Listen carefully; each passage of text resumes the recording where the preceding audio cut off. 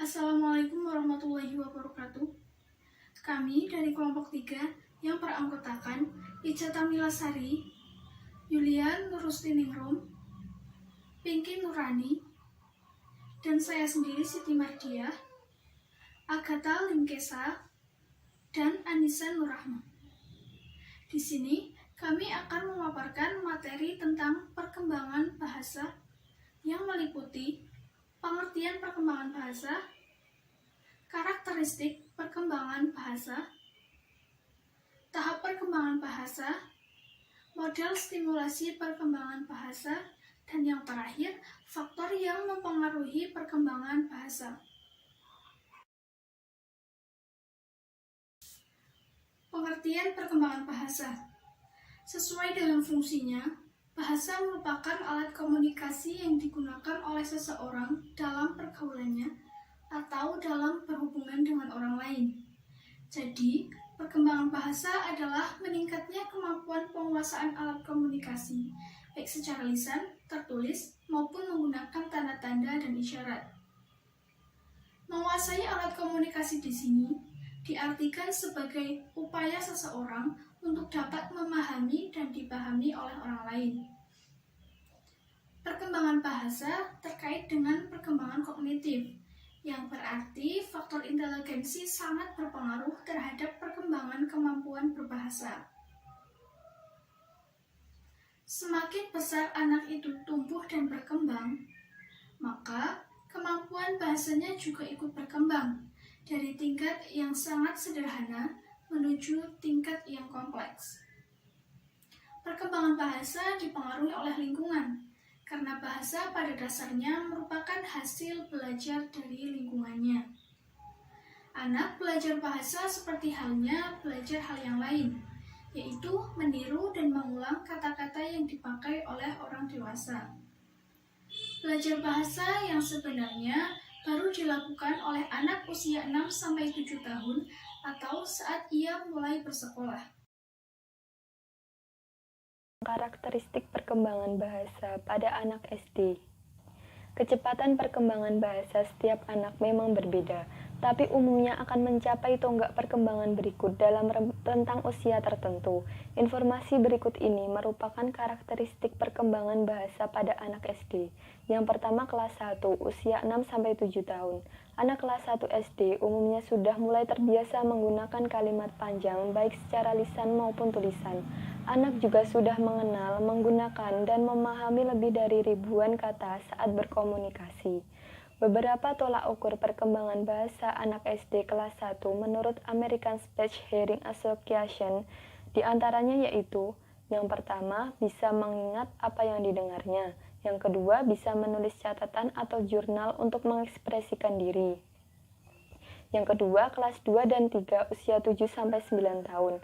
Perkembangan bahasa anak SD cukup stabil dalam 2 tahun ini. Anak juga sudah mulai mahir menjawab pertanyaan yang harus dipikirkan terlebih dahulu jawabannya. Di akhir kelas 3, umumnya anak akan menunjukkan perkembangan bahasa di antaranya seperti berikut ini. Yang pertama, bisa mulai bermain kata dan bisa memahami plesetan, teka-teki, dan humor. Yang kedua, bisa merangkum cerita.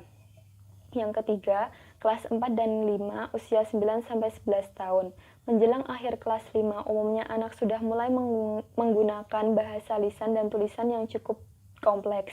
Anak juga sudah semakin pandai mengungkapkan opini dari sudut pandangnya dan berpartisipasi aktif dalam diskusi.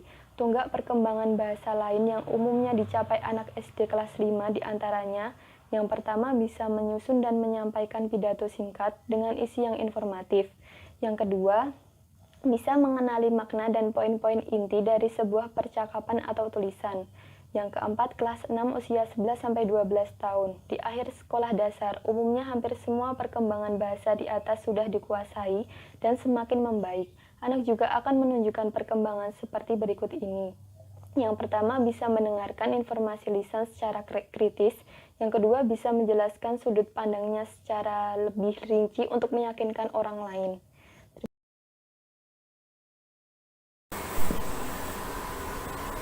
Tahap perkembangan bahasa pada anak. Yang pertama, fonologi, yaitu bunyi atau nada pada bahasa. Lalu yang kedua, semantik, yaitu mengandung kata kerja dan mampu menggambarkan konsep melalui kata-kata. Yang ketiga, tata bahasa. Aturan subjek, predikat, dan objek diposisikan dalam suatu kalimat. Yang keempat, pragmatis, yaitu aturan untuk berkomunikasi secara efektif dan sopan. Lalu tahap perkembangan bahasa anak dari usia ke usia. Yang pertama, usia 3 sampai 12 bulan. Pada usia ini, anak akan dominan membuat suara-suara yang tidak berbentuk kata. 2 bulan kemudian, anak berbicara menggunakan nada tertentu dan bersuara mengikuti nada maupun gerak tubuh. Lalu, si kecil akan berkata papa atau mama walaupun belum mengerti artinya. Yang kedua, usia 12 sampai 18 bulan. Pada tahun pertamanya, anak mulai berbicara dengan maksud dan tujuan yang diinginkan. Si kecil baru mengerti arti kata mama atau papa di usia ini. Kemudian pada umur 18 bulan, si kecil mulai memahami perintah penjelasan yang sederhana. Yang ketiga, usia 2 sampai 3 tahun.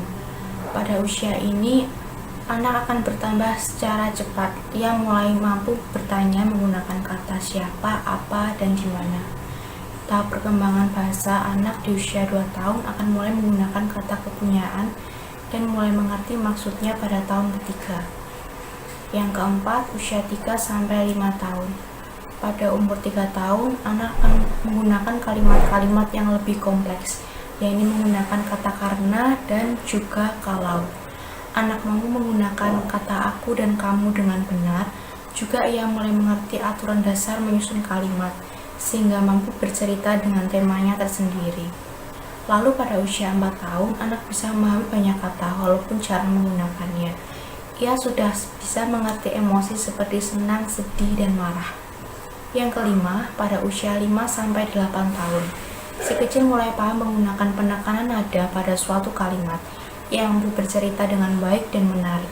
Seiring dengan semakin banyak kegiatan belajar di sekolah, pada usia ini anak akan mampu memberikan ide dan pendapatnya, bahkan mampu bercerita seperti orang dewasa.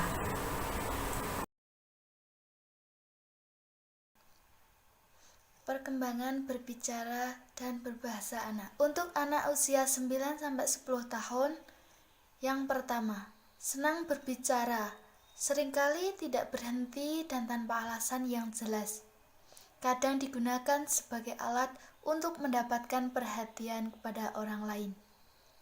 Yang kedua, mengungkapkan perasaan dan emosinya secara efektif melalui kata-kata.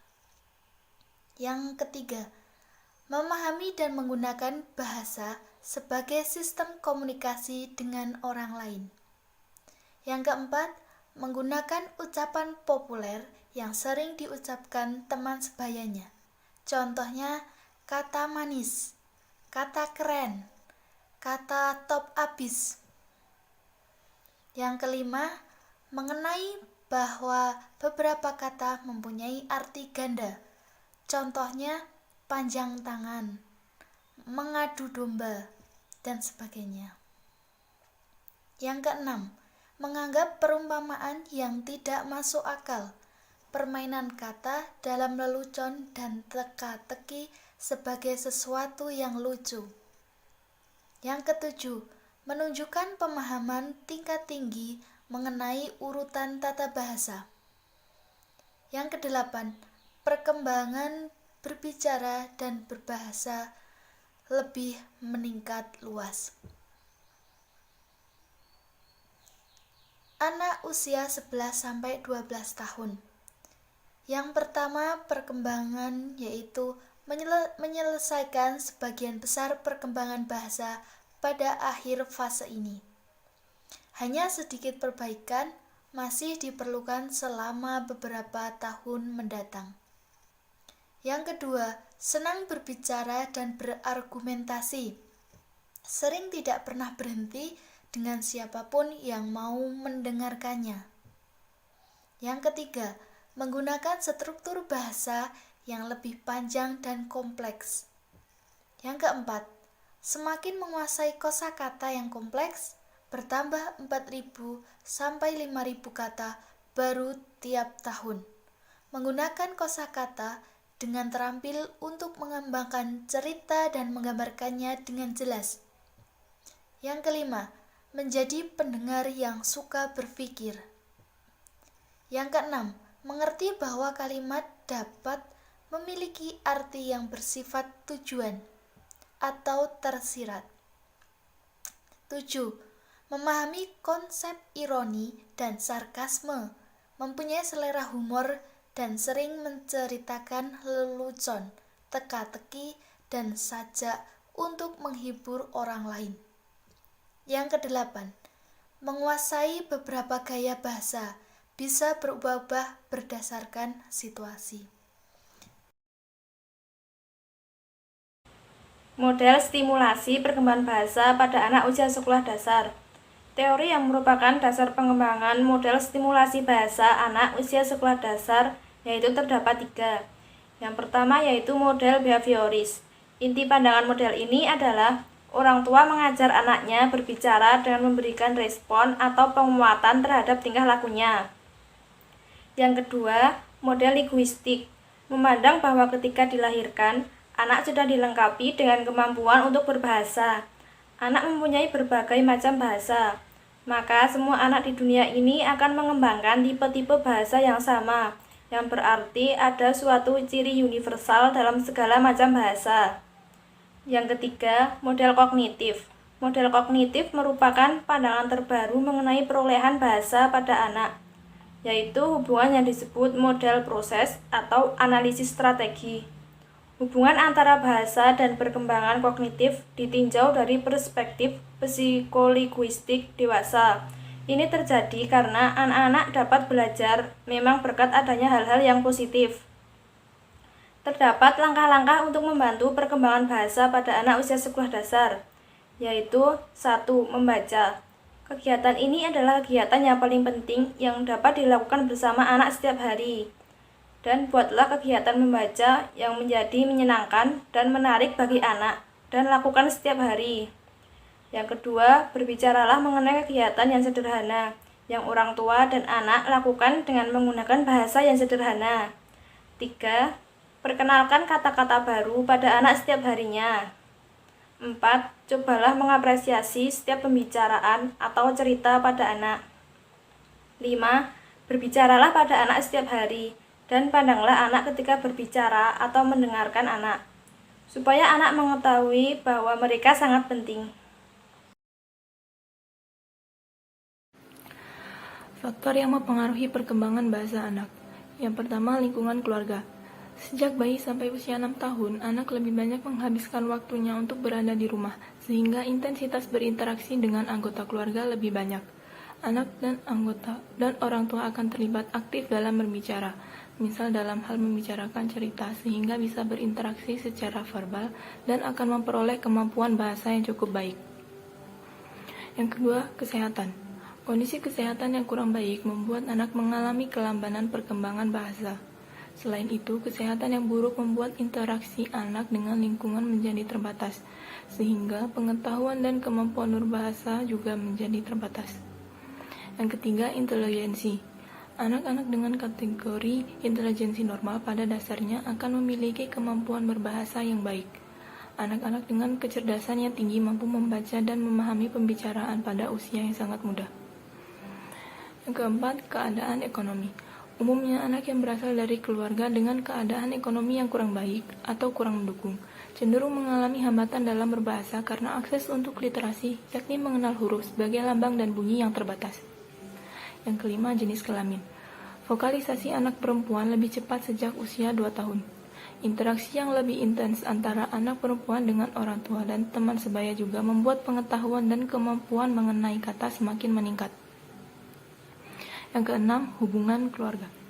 Pola asuh keluarga yang demokratis dan autoritatif yang memandang dan menempatkan anak sebagai bagian dari keluarga membuat anak belajar dan memperoleh contoh bagaimana berkomunikasi dengan baik dan memiliki kebebasan untuk menyatakan dan mengekspresikan apa yang dipikirkan dan dirasakan melalui beragam bahasa.